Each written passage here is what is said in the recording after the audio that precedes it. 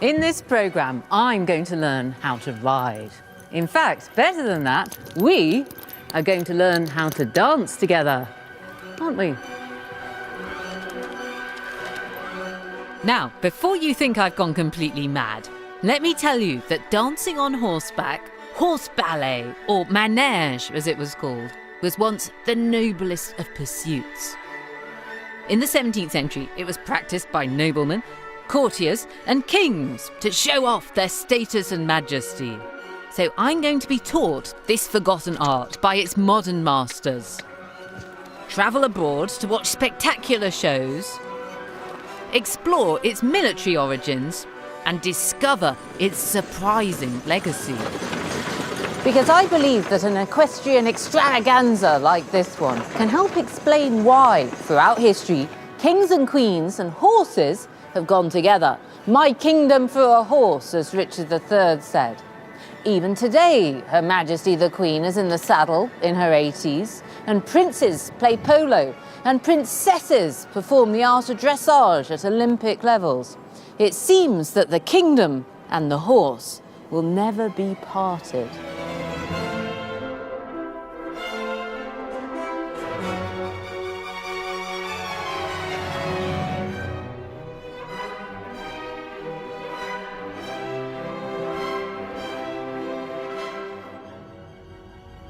Now, before I jump into the saddle, I'm taking a trip to Bolsover Castle in Derbyshire, where I had my very first job as a young curator. Because this was the place where I originally became fascinated by the royal art of making horses dance. I got so interested in the subject, I spent 4 years writing a PhD thesis about it.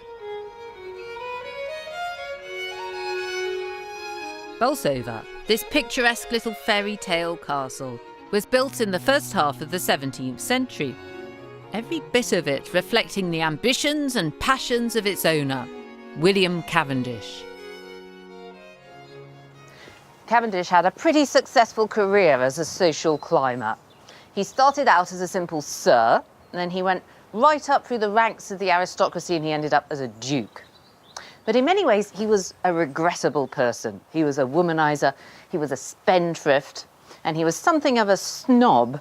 But I've always had a certain weakness for him, and that's because of his charm and his creativity. He was interested in poetry and music and architecture. In fact, I'd go so far as to say I'm rather fond of him. Bolsover was William Cavendish's pride and joy.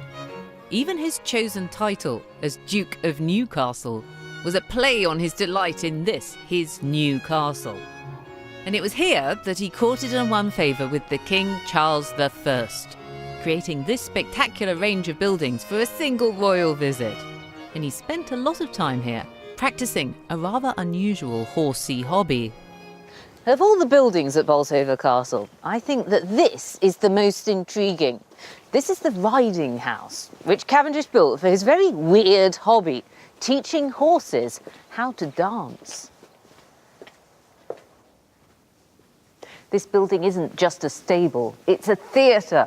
This is where William Cavendish's horses were taught to perform these amazing leaps and jumps, almost like doing ballet for horses. And that's why the floor is soft for the horse's feet. The windows are elevated, so the horse can't look outside and get distracted. And this is a spectator sport. The gallery up there was for Cavendish's aristocratic chums to come and see the horses performing. He took this so seriously that he wrote a whole book about how to do it. Here he is in a picture at Bolsover Castle, performing the capriole. That's pretty impressive, isn't it? And had we been here of a morning, we would have seen Cavendish training all of his horses for hours and hours against the walls, around these tall poles, showing off their moves. While this impressive building is no longer filled with horses performing their balletic moves on a daily basis, English heritage do still put on equestrian spectacles, like those which displayed Cavendish's horsemanship skills. And over the next couple of months, it's my aim to saddle up learn to ride, and take part in a performance. Boots on. Here we go. Look at this. Isn't this lovely? Velvet. I think it goes a bit forwards like that. Ready to go.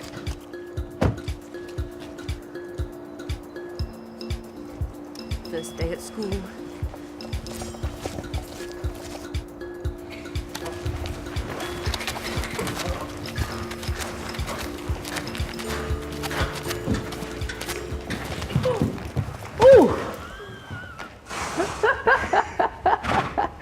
Was that supposed to happen? I think that it was. You're smiling. Oh, that was incredible. You must be Ben. You've been slightly upstaged by your horse. Well, that's the idea. That was fantastic. What's that called when he falls over like that? This is, well, exactly. It's a falling horse. Is this what you're going to teach me, to fall off? Sadly not. This is rehearsing horses for film and TV. What we're going to teach you is a little bit more classical. Oh, okay. Well, I'd be very glad not to fall. But just as fun. He's happy enough. Is he happy down there? Is that a happy noise he's making? Yeah, what he wants to do is have a good roll. Oh. Good boy. As you see. Is that what a happy horse does? This is what a happy horse looks like. Okay. Ooh. Yeah. Okay. So this is Malik. Malik. He's a 4-year-old Andalusian stallion. And he is actually the son of the horse you're going to be riding. What colour's my horse going to be? Is he going to be black too? Beautiful white stallion. You can see the Spanish horses are all born dark colours. So Malik's a baby, and so he is black, but you can see he's going white. Oh, is he going to go around white? His eyes. Like his dad? And slowly he'll go as white as his dad. In case you hadn't already guessed, I have rather limited experience on a horse. Is this him? Yep, this is Almanzor. Hello, Almanzor. This is your horse. In fact, I've only ever been in the saddle once before. So it's going to be a bit of a challenge. Because the classical horse ballet that Ben's going to teach me, or manège as it was known in the 17th century, was incredibly skilled, relying on horses performing a series of precisely controlled and disciplined moves in complete harmony with their riders, like Cavendish, who trained every morning for a lifetime to perfect the art. Okay, so now you're putting your right hand to the back of the saddle. Yep. That's it there. Bend this leg off like here and put your knee in my hand. Am I? Put your knee in my hand.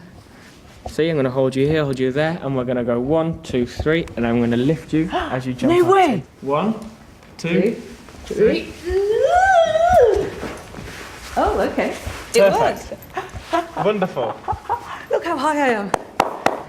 So what we're going to do now is you need your pedals, you need your... rough. How is it up there? Is it the air colder? It's rather thrilling.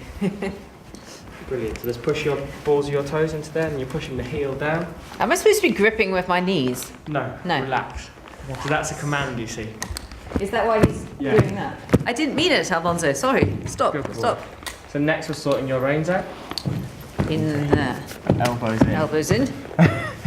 There we go. I like the way you're treating me like a horse. You just gave a little spank to my elbow, didn't you? You saw it sticking out. You keep popping your elbows out. They have to stay in. Right. You ready? What, to walk? Yeah. Yeah. You say to him, walk on and push and flex with the heel.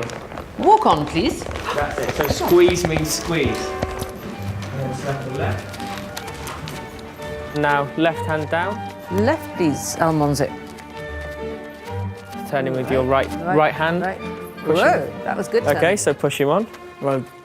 Left hand down, start to turn him.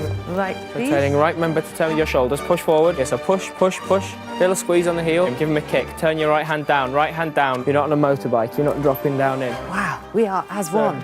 As one, yeah. So when you're ready, here you go. Forward, look with your shoulders. That's it. Right hand down. Oh, sorry. Don't do anything that I don't tell you to. I'm sorry, I got carried away. So bossy.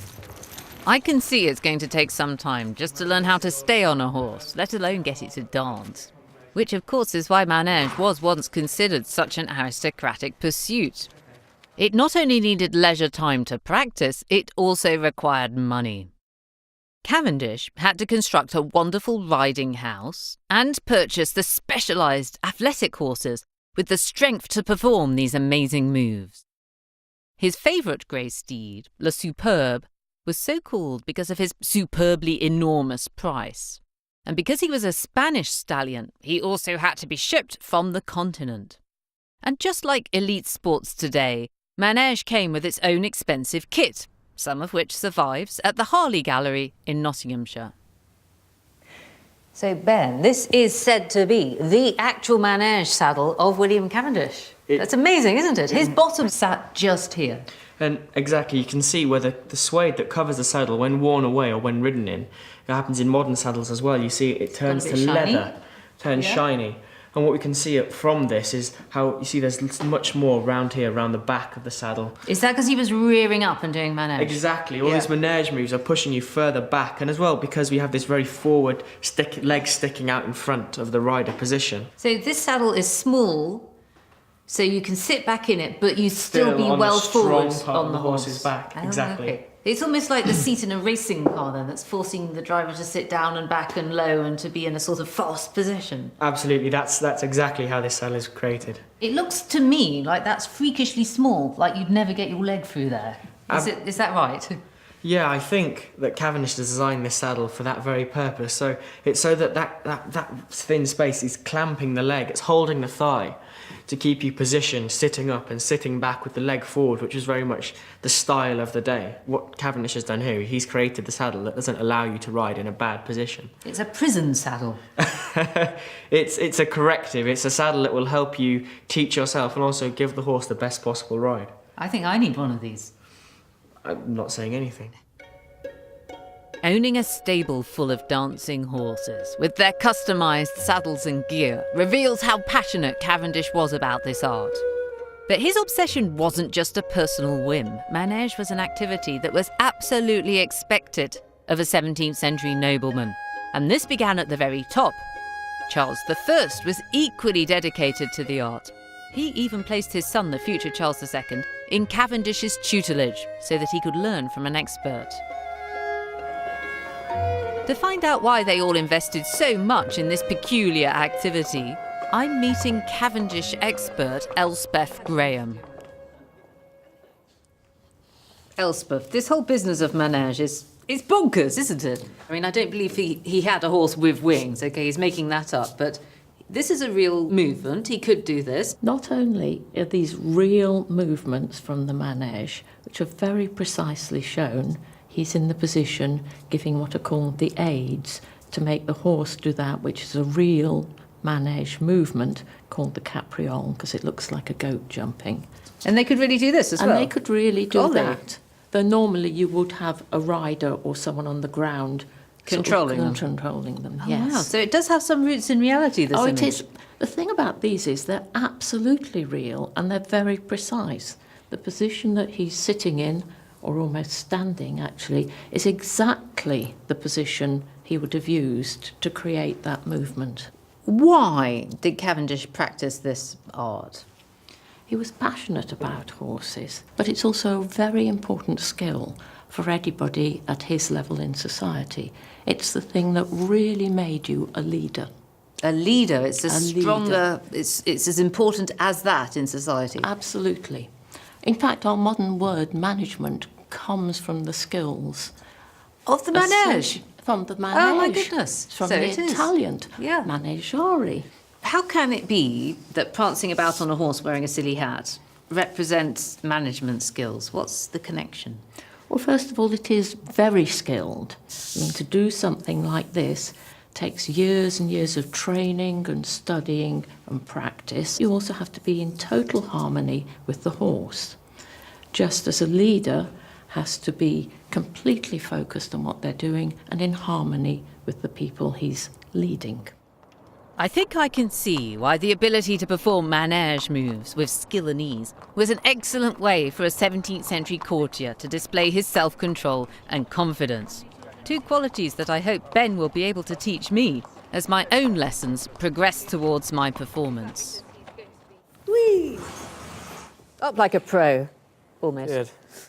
What are we going to do today, Ben? So today we're moving on to the first real meaty bits of classical, more Cavendish's manège, more extravagant movements. Well, if you think I can do it, I think you definitely can. I think I'll be all right, but it's a bit daunting. So the first of them is the Spanish walk. What you're going to do is you're going to rock gently from side to side.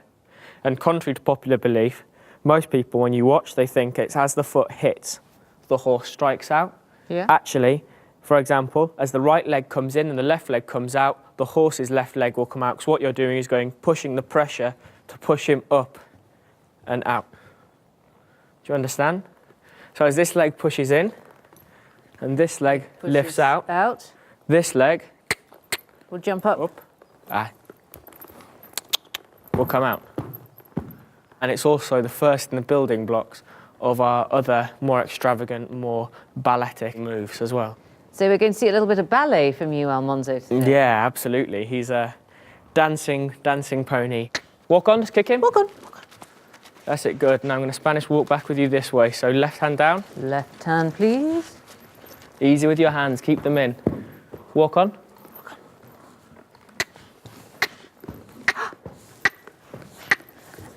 Look at me, I'm Spanish walking.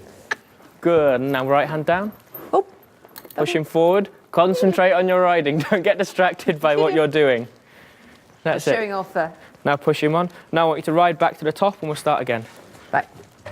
So kick him on. Remember, so you're going to rock gently. Your rocking is going to ask him to elevate and collect out. So.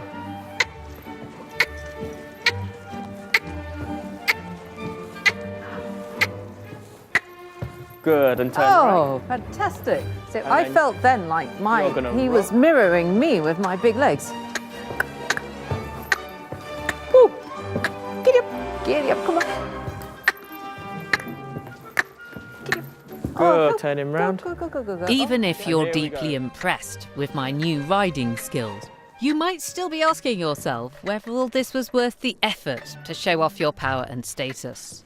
After all, building the odd castle or two ought to have done the trick. But the answer lies way back earlier than Cavendish's time. I've returned to Britain's most famous Norman castle, the Tower of London, where I work as chief curator.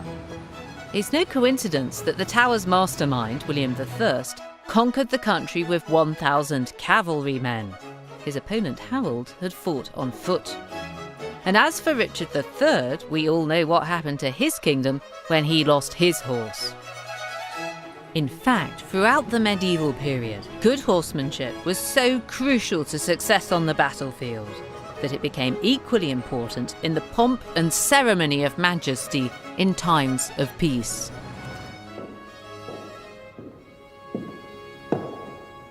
Now, 100 years earlier, Henry VIII was also using horses and horsemanship as a really important part of his kingship.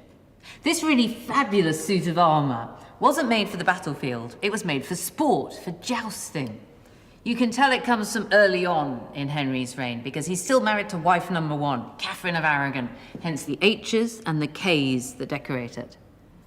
I think the really special thing about it is the way that the man's armour and the horse's armour, they sort of fuse together. That's what gives this RoboCop armoured car type impression. And I also really like the detail of that decoration. Had there been a dull moment in the tournament, Henry could have read his armour like a comic book. At the front here, I can see St. George killing his dragon. Very decisively, he's completely skewered it with his spear. But that's all in the detail. The overall impression, then as now, has to be, here comes the king. Jousting was an elite sport, born out of battlefield tactics in the age when medieval knights in shining armour charged into war. But tournaments weren't just for displaying testosterone. They were central to the medieval idea of chivalry, the word itself coming from the French for horse, cheval. This is a jousting lance, as would have been used by Henry VIII and his courtiers. This particular one probably belonged to Henry's brother-in-law, the very good jouster, Charles Brandon. You're wondering, how on earth did he pick that up? It looks enormously heavy. The answer is it's actually hollow. This one was probably ceremonial. Your ability at jousting really determined your place in the pecking order at Henry VIII's court. It's very interesting to look at the scorecards from jousts. Charles Brandon, for example, beats absolutely everybody except for the king. Very diplomatic of him. You can also see the role of jousting in international diplomacy in this painting of the Field of the Cloth of Gold. This was a huge party held in a field outside Calais in 1520. It was called Cloth of Gold because that was the material used for these very luxurious tents. The main people there were Henry VIII of England and Francis I of France. And what was the highlight of the whole thing? It was the jousting. Look here, they've constructed a whole temporary jousting arena with places for the spectators, and they took so much trouble building this from scratch because of the importance of jousting to both men. It showed off their skills as horsemen, and it implied their strength as leaders. So to find out what was involved in wearing Henry VIII's armour, I'm heading to the Royal Armoury's tilt yard, or jousting arena, in Leeds. Okay, let's assemble my right leg. Righty-ho, so slide your toe in, bring the greave round. Squeeze, go on, you can do it. Done. We'll leave that for now and we'll come round and start doing some of these straps. My inner thigh Your strap. inner thigh strap, yeah. We're getting Please. to know each other quite well here, aren't we? I'm afraid it all does get very personal, but I shall behave. Point it off, tight, nice and tight. The next thing though, it'd be more appropriate for you, is a skirt. It's going to go on next. A skirt? Yeah, but this time... Oh, I guess you're wearing a sort of mini skirt. Yeah, right, so if you can daintily put one leg in, you can hold me as support, and then adjust your weight, try and get the other leg in. Now here's the magic piece. Go on, you can do it, go on. 1, 2, 3, done. Okay, and then together, there we are, slide it up, and if you don't mind me, I shall come and adjust you around the back. Shove me in. The most important thing about it is that, yes, it might be comfortable, but it's got to protect you. And obviously having a metal skirt means slashing and cutting is not going to slice through that mail. So reasonably good protection. It's nice and flexible. Good. Yeah. So we've now Okay. got mail skirt on, so you've got your manoeuvrability. You look... I love the way my feet are jointed and they bend in an almost creepy manner. well, they're supposed to be... I look like a robot. They're supposed to be something good. If you just count the number of separate plates on there, there's over 20 separate plates, all riveting and sliding over each other to enable you to do everything that you need to do while in the armour. So let's have my Tudor torso, please. Perfect. Squire. Behave. Right, so we'll go with the breast and back. Are you tying it on again with string? Yeah, well, a combination of buckles and straps. Oh, I like this. Do you? Excellent. It's going to make it slightly easier to put it on you then. Is it non-stick? I mean, one of the things about the armour, obviously, is that it's very bright, it's shiny. White armour, and sometimes it's known, and the reason for that is the whiter you make it, the smoother you make it. Obviously, as weapons come along, they deflect or have a greater tendency to deflect rather than sort of bite. So the next thing, we start putting the arms on. So you're going to tie it on up there, are you? I am. Through there, through there, through there. And again, obviously, these waxed points come in handy, keeps it in place. The last thing you want, certainly with armour, is it to start moving on its own. If this was to slip an inch... It could do you a nasty injury, couldn't it? It'd do you a nasty injury, but also the armour locks up. And if it locks up, and you're closing at 55 miles an hour in a joust, and you can't get your lance down in time, you get the full force of His Majesty's lance in your face. So now you're 4/5 there, and kind of ready to go. My hat. Hat? Oh, sorry. Ladies wear hats, men wear cats, berries or helmets. So we'll put it on. Ready? Yeah. Slowly lower it down, just above your brow. Strap it in, and then the visor would come down. Oh, I would lock it yes. into place, and you'd Oh, be yes. I am Robocop. Now, a medieval knight's armour obviously fitted rather better than mine. But even so, I find it pretty impressive that anyone could function at all clad in 90 pounds of metal, let alone get on a horse. And with only a couple of lessons under my belt, I'm rather relieved to leave the tournament unscathed. You can see why Henry VIII and his chums enjoyed this extreme sport to show off their manliness. But a century later, jousting had almost completely died out, and the courtiers and the soldiers of the 17th century had lost their taste for heavy metal. I'm visiting the Royal Armoury's storeroom to find out why. Here we've got the last gasp of the medieval knight. This is the heavy cavalryman. But it's not as heavy as what I was wearing out in the tournament yard, is it? I mean, there's less of it. He hasn't got the bottom part. No, you're right. They're already beginning to shed it. They're no longer wearing leg armour, they're just wearing boots. Yes, yes. They may have gauntlets, but they've still got full protection, but not as complete as what you were wearing. Is that because people now have guns and this won't save you from a gun? They were proofed against guns. Oh, wow. So this is actually bulletproof? It's bulletproof. Oh, blimey. Goodness. Why were they getting rid of armour then? The infantry is no longer drawn up in lines, they're in blocks, and they're moving. So the cavalry is weaving its way around it. So we need this weaving, agile movement on a horse. And you need to have that expertise and skill. So an ability to control and move a horse and turn it fast is something completely new in battlefield tactics. They didn't have that at all in the Middle Ages. You just went forwards. So is it like somebody's turned up the speedometer and battle is now a lot quicker? Now, instead of strength and weight, you just want to be nippy. Yes. So what would your up-to-date, flexible, nippy, light cavalryman be wearing? Ah, he's wearing something really special. Oh, not armour at all. Leather. And that's not going to stop a bullet either, though, is it? No. It will absorb some of the shock, but no, that's why... Oh, you wear a little breastplate on the front. Breastplate. Oh, okay. So he's still lightweight and mobile. The leather will protect against a sword cut. This is the bulletproof part of it. And, of course, the helmet. He's wearing a little helmet on the top. So our up-to-date 17th century cavalryman is wearing less gear than a medieval knight, and he has to dash around the battlefield a lot more. Yeah. So it's probably quite a good idea for him to train his horse with the art of manège, is it? Yes, absolutely.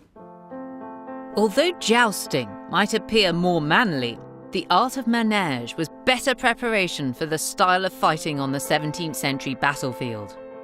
The ability to impress people with your horse dancing not only made you a far cooler king, but suggested you could also be a killer king. As Ben's now going to show me.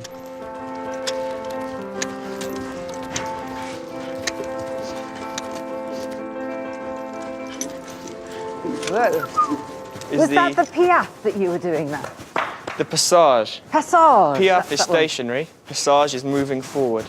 I have to say it looks a little bit effeminate. Is that really a manoeuvre from the battlefield? The collection and strength gained by the horse by performing this movement is very vital on the battlefield. If you watch soldiers work in rank, in line, the man on the outside may have to do double time, but the man in the middle is central and not moving and marches on the spot. Ah, and there is no that's why it difference is. when on horseback. Okay, so he might be waiting for the others to catch up, To catch sort up of thing. Right, and to right. keep the rhythm and power in the horse. So imagine we're a troop of cavalry, we're all straight, we're doing this on the spot. What else might we want to do next that you can demonstrate? So the next stage from this is to go into the piaffe. So the horse remains stationary while he trots on the spot. So he's collecting he's bringing his powerhouse, his bum, underneath him and coiling that spring, twisting, getting ready for the big leaps. When you see them going on the spot like this, they're actually getting ready to go. Yes, it's very much like a boxer on his toes before he goes in the ring. So it's that bouncing, that sort of building power right behind. So we can go into those big airs above the ground like the capriole, the courbette and the levade. Let's see it.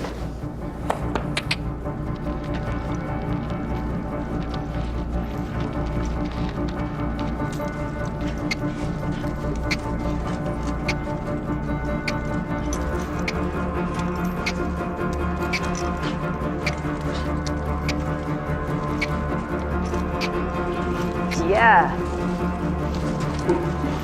Now, what about changing direction then? That's very important too, isn't it? Right, so now we have the horse being able to collect and move stationary. We want him to see some more of these movements where the cavalry excels in its sort of fast-moving, fast-changing, open-plan battlefield. So what we're going to move on to now is the canter pirouette. The canter pirouette means moving direction really quickly without stopping? Absolutely. So it's being able to turn on the spot without losing the momentum of the canter. So all riding, we've got that rhythm, those beats. And if you were to stop and turn, it's so much. We lose that speed. So, and it also means we can practice deception on the battlefield if we have the horse turning and moving fast enough. Oh, we don't know which way you're going to go next? Absolutely not. Ah. The last minute, I can drop my horse onto his hocks, spin him round into you, and take you out. I really hope you're not about to do that. This is the art of deception with the horses and Okay. with other people. So we'll see now. We'll work into canter.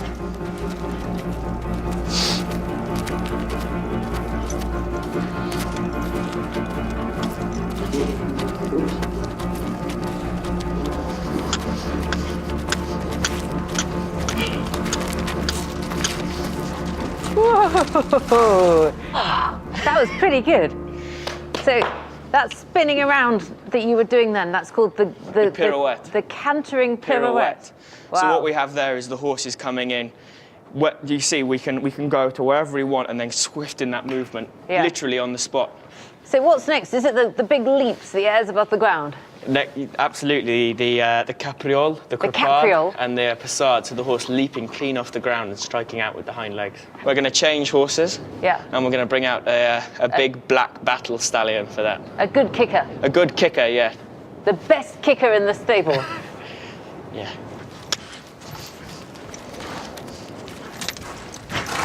Here he comes. Easy. Here's the big black beast. Hello there. He's a good boy. He's only a baby, so he's learning the airs above the ground. Let's see your airs above the ground then, please. Right. Come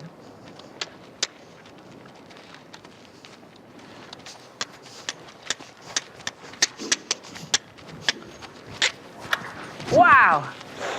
If you were standing behind that, you would be toast by this point, wouldn't you? So yeah, the cavalryman's worst fear is that he can't move. Someone's come up behind him. Well, surrounded. You imagine you charge in, you're laying about you with your sword, and then suddenly you're surrounded by men. You can't get out. You and your horse are now not the terrifying thing. You're just a very big meat target.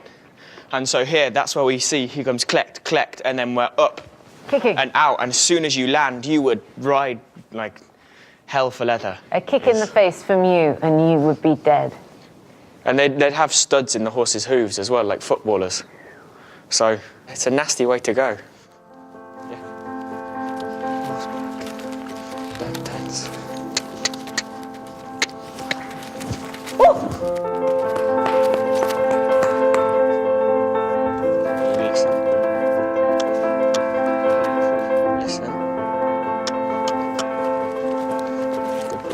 So now it's time to test my own killer instincts. Ben, do you realise my life is in your hands? Well, it's in his hands, and you can trust him a lot more than you can trust me, I promise you.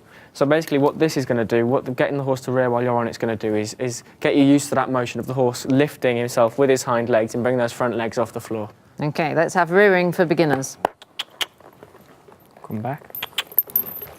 Listen to me. Come in. Oh, und. Goodness.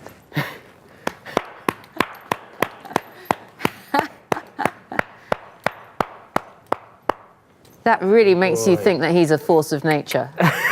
That was like being in an earthquake or something. Good boy. Hop.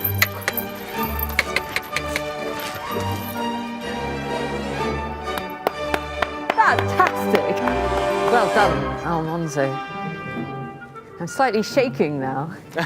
Like we said before, it's not something you're going to forget for a long time. I lost my rearing virginity, and that's a wonderful climax to the day, really. Thank you, Alonso. Now that I'm armed with some actual riding experience, I'm not only beginning to feel more confident in the saddle, but much more in tune with the 17th century monarchs I've encountered so often over my years as a curator. I must have seen this picture 1,000 times. I've always known it shows Charles I on horseback, coming into a riding house, a bit like Bolsover, for his daily lesson, and that's his riding teacher, who was also the riding teacher of William Cavendish. But now I've been hanging around with the horses, there's a lot more that I can see here. This particular horse has got an extra well-developed bottom. He's been powering up to do his rearing with his back legs. He's also walking in a way that's a manège move. He's doing something called the piaffe, that means sort of skipping on the spot, like this. And look at Charles's armour. No need for him to be wearing armour for his riding lesson, but that's old-fashioned armour. It's a nod to the chivalric past. So it's pretty clear why Charles I has chosen to be shown on his horse of manège. Here, he's in control of a tremendously powerful beast. And that's a metaphor for the control that he has as a king. It's a metaphor for his own majesty. With his shining armour and powerful steed, Charles I may have thought he was the ultimate king and ruler. But unfortunately, as history reveals, he was rather catastrophically wrong about that. In 1642, Charles's people rebelled against him, and the country descended into civil war. Perhaps the greatest irony was that Charles's passion for horse ballet became the most potent symbol of his enemies' discontent. As every schoolgirl knows, the civil wars were fought between the parliamentarian Roundheads, so-called because of their pudding basin haircuts, and the royalist cavaliers, who get their name from their horses. Just like in French, the chevalier is the horseman. This is Prince Rupert, one of the top royalist cavalier generals, on his horse, and it's actually performing the levade, something he would have done in the riding house in more peaceful times. He looks pretty dashing, but if Prince Rupert had heard you calling him a cavalier, he wouldn't have been very happy, because originally it was an insult. It was dreamt up by their Roundhead enemies, with the implication that this lot, the royalists, spent far too much time prancing about on their ponies and not enough time paying attention to the serious business of running the country. For Cavendish, the ultimate cavalier and horseman, the Civil War was particularly humiliating. At the hour of greatest need, all that self-control and discipline he developed through a lifetime of manège somewhat fell apart. It all went wrong for William Cavendish at the Battle of Marston Moor in 1644. When he and his men arrived at the battlefield, they were late, and his co-commander Prince Rupert noticed that they were all still drunk from the night before. And then, at the very moment that Oliver Cromwell and the Roundhead cavalry came charging up the left wing, well, William Cavendish was having a smoke. He was in his coach and calling for a pipe of tobacco. He did get back on his horse, and he did fight bravely, but he'd missed the moment. The battle was a miserable defeat. As a consequence of the Civil War, Charles I lost his head, Cavendish lost face and his estates, and along with the rest of the royalist courtiers, he fled in exile to the continent. When he and the rest of the court were finally able to return with the restoration of the monarchy under Charles II, the new regime retained its horsey passions, although the merry monarch took his own equestrian activities in rather a different direction.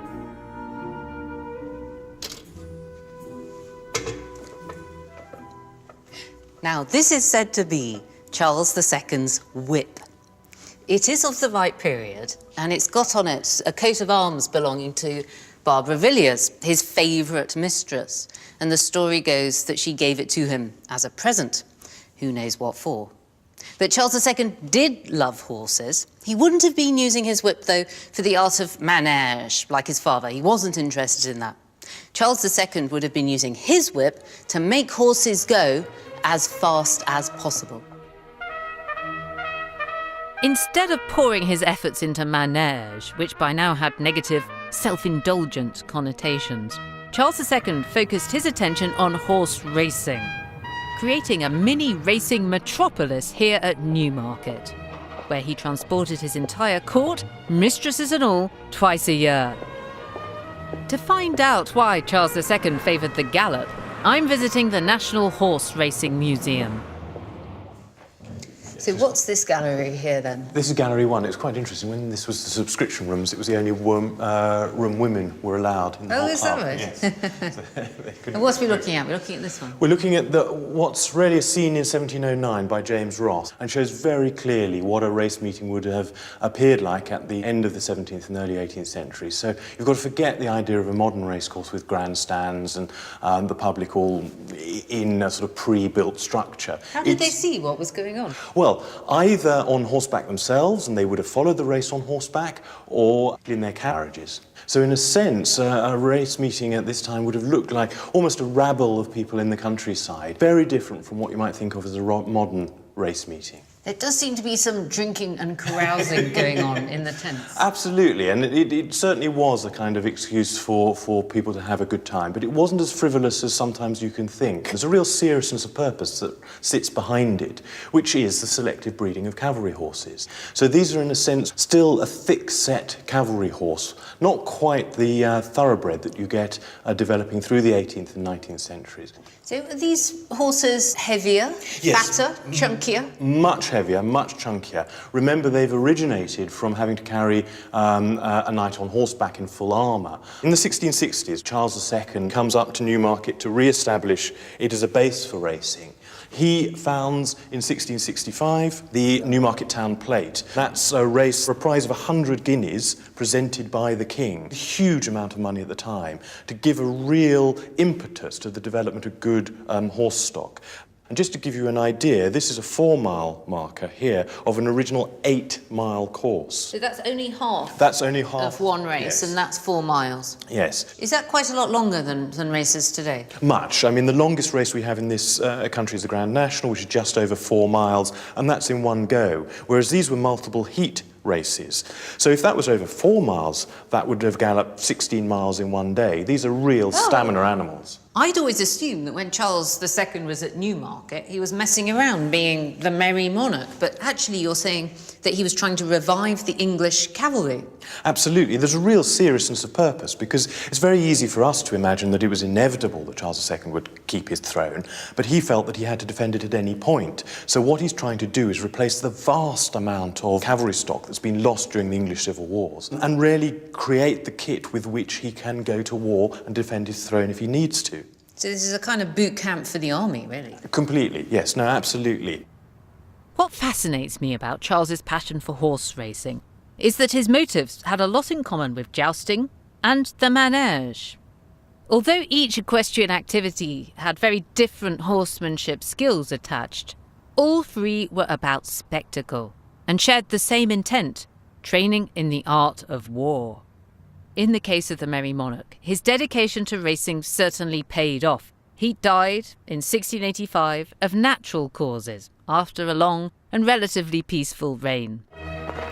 Under Charles's patronage, horse racing became the sport of kings and enjoys equally enthusiastic royal support to this day, whereas the art of manège was almost completely swept under the royal red carpet by the end of the 17th century.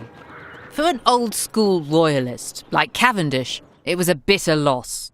As he lamented in his book, the science of manège has been so neglected and discouraged in England that young gentlemen are now obliged to go to foreign nations for this part of their education. So, following in their footsteps, and in need of a little education myself, I've come to Vienna, once the capital of the horse-loving Habsburgs, one of the greatest royal dynasties of Europe. Because manège not only flourished here during Cavendish's lifetime, but still survives here today. Now, in Britain, so far we've only had 2 rulers called Charles. But in Austria, Charleses have been rather more successful. There were 6 of them. In the early 18th century, Emperor Charles VI decided to rebuild his palace complex in the city of Vienna. He put in all the usual ballrooms and state apartments, and also an absolutely stupendous riding house.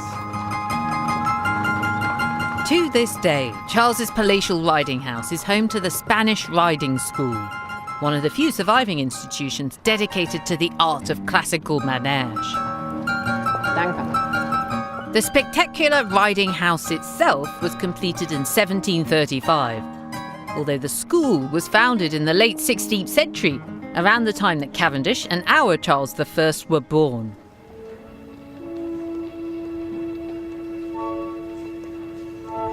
I've been invited to witness a morning training session where the riders and their Lipizzano horses practice every day in preparation for spectacular shows. Just the sort of thing that Cavendish would have done himself.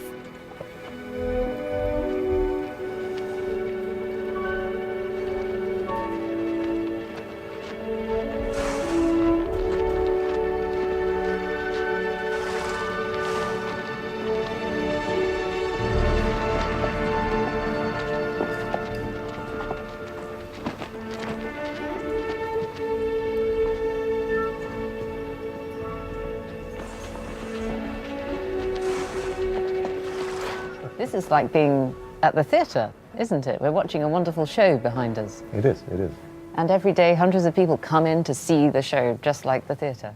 Yes, they come to see the show, but they also come to see the training. The training session, yes. Yeah. So we have, every day we have public here. Are all the horses here white? Well, most of the horses are white, but we always have 1 or 2 bay horses, brown horses. And that's considered luck for us. You know, there was a saying that as long as there is a bay horse here at the Spanish Riding School, that the Spanish Riding School is going to continue. And so far, it came true, I guess. It's continued for 450 years. 450 years, yes, we celebrate this year. Why is that? Why has it always survived through wars and changes and politics? I think a big part of it was that the people were proud of the Spanish Riding School here in Vienna. Well, I think you need to look after your dark horse. You don't We want to lose will. it. No, we make sure that we always have one. How do you become a rider here? Is it many years of training? The first part of the training is about 4 to 5 years. You learn on a trained horse. So the young student learns from the trained horse, and then later on, the trained rider teaches the young horse. That is about the system that we have here. So is that 8 years in total? I would say around 10 years, 10 years. is about the... 10 years before Yes. you're ready to ride here. Yeah. Fantastic. And the riders are training the horses for 4 or 5 hours every day themselves. Yes, every rider has around 7 horses to take care of and to train.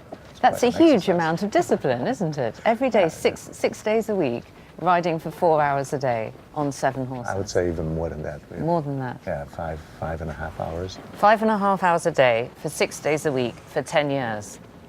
Well, that is just your education, but then this continues until you retire. That's an enormous commitment, isn't it? Yeah, but it's the best thing that you can do. Having watched the training, you won't be surprised to learn that my request to join in a live show was met with a categorical no. And when you see one of the Spanish Riding School's performances, you'll understand why. Since these balletic moves haven't changed for 450 years, I think it shows why Cavendish gained such an extraordinary reputation when he performs the art in the 17th century.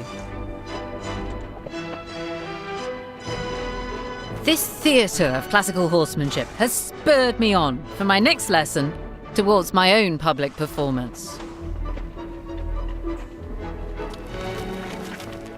Now, it's taken 250 years, but the art of manège is actually having a bit of a renaissance through its related sport of dressage, in which the British, after all, are now Olympic champions.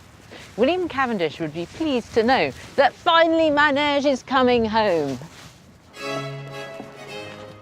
Because manège was kept alive with such vigour on the continent, horse ballet, or dressage, became a competitive sport at the turn of the 20th century and included in the 1912 Olympic Games. Over the years, we Brits have become rather good at it.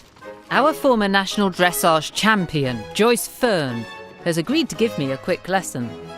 After all, it's only a few weeks before I've got to get my act together for my own public performance in Cavendish's riding house. That's incredible, Joyce. Oh, thank It looks you. like he's walking on the tips of his toes, like a little He's a little elegant person. He's elegant, isn't he? Now, what do you think you can teach? Well, what can Damien and you teach me to do in the way of dressage moves this Well, morning? we'll get you on the pony and see what you can do. I don't know Okay. how much riding you've done. Very little. Well, I hope I can teach you how to move the horse in a way that's not necessarily use your leg and go faster, Yes. but more a way of move your leg and feel the response from his body and how you could move him sideways and backwards and forwards without him thinking your leg aid means run away. So we'll see what we can do with that. This does feel like I'm about to sit an exam, knowing that you can get points for this, points for that, points for the other. It's not about the thrill of the audience, it's all about hitting the mark. Precision, yes. Fingers and draw your elbows back slightly. Lean a little bit forward and put your legs back on him and see what effect that has. Ooh, is he going backwards? You just told him to. That's fantastic. He's so well trained I can put him into reverse. Yes. So let's go. You'll give him a little squeeze. And if that Walk doesn't on, work, please. he needs a bigger one, yes, because he's used to Walk being on, told please. what to do. There you go. Go faster, go sideways. You're on your own now, Lucy. Push him over. Well done. Lead with your right rein and over you go. Little bit of left leg. Stop. And then think of reining back.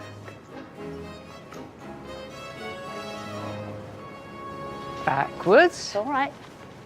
Backwards. Oh, turn on the forehand. Oh, you can't Can go you backwards put him- now because you're could you into the put him wall. towards the wall again, please, Lucy? And now we will hold.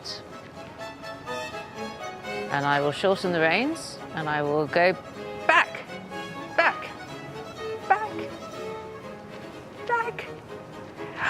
He's done it, he's done it, he's done it. And stop. And forwards, please. Oh, that didn't work. Put your legs forward. Forwards, please. Come on. Get up. Yes, that's it. And we're off. Oh, that's much better. Well done, you. Olympic Games for you next, I think. How does that feel? Lovely. Oh, you can have an 8 for that one. No way, an 8? Yeah, because it doesn't look as though it's been done by accident this time. Very good. Well done. It doesn't look as if it's been done by accident. Right, let's see what the dressage champion Joyce has got to say about my riding. This is my score sheet. Collected walk, half pass to the right, didn't do that. Ooh, she's given me a good mark for paces, freedom and regularity, but I've done less well on submission. I haven't been very submissive this morning. And she says here, must continue with the dressage training. So I'm not a champion yet. Competitive dressage has renewed that ancient link between manège and royalty. Think of both Princess Anne and Zara Phillips. I've also discovered that the skills of manège are used in another very regal spectacle of horsemanship, on a visit to the barracks of the Royal Horse Artillery. Thank you.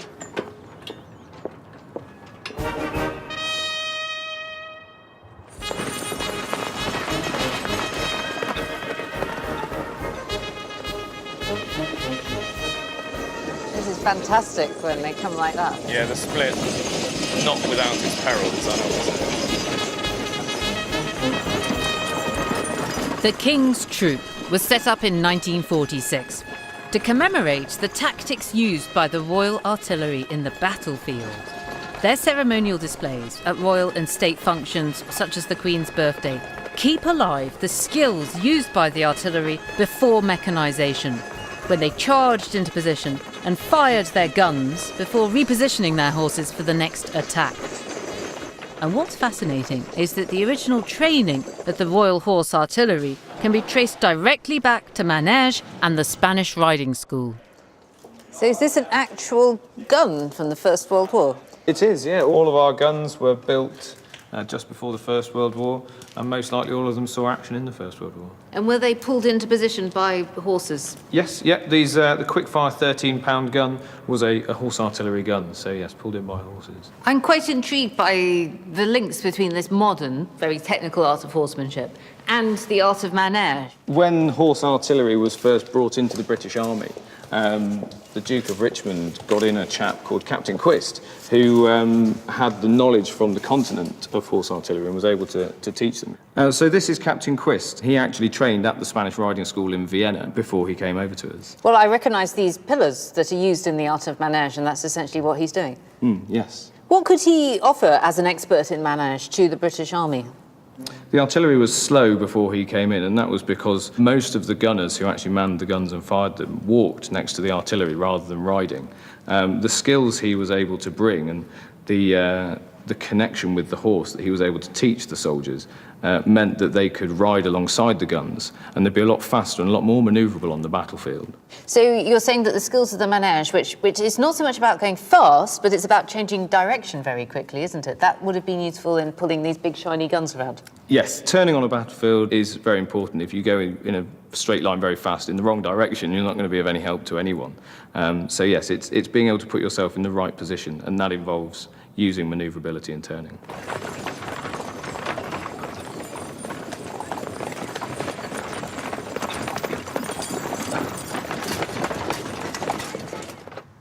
This is the gravestone of a legendary member of the Royal Horse Artillery. It reads, "Underneath here lies an old horse called Wanda, who'd lived to the extraordinary age of 40 years. And the legendary Wanda belonged to Captain Quist himself, who lived to the extraordinary age of 91. And I like to think of Captain Quist and his Wanda horse coming from the circus-like atmosphere of the Spanish riding school and teaching their skills to the very serious officers of the British Army, who would use them in the very serious arena of the battlefield. And it strikes me that all of these great horsemen of the past, Captain Quist, William Cavendish, even Henry VIII, have something in common.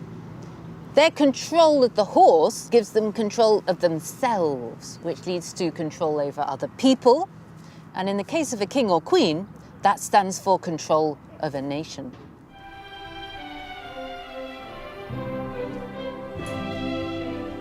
So finally it's time to put my training to the test and to perform for the paying public. Watch out, everybody. I'm on the hoof. Now or never.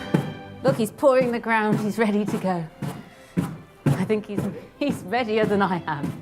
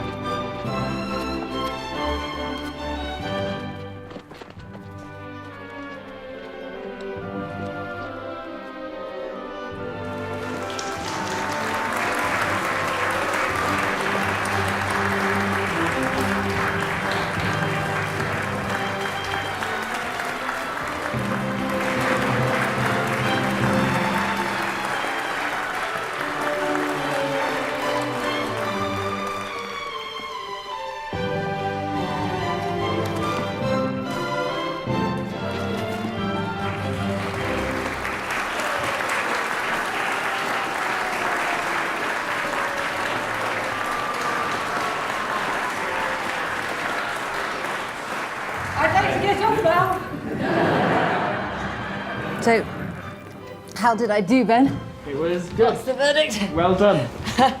Was that the rear of the year? I think that was definitely your rear of the year. I think it was the rear of the century. Well, thanks, Almonzo.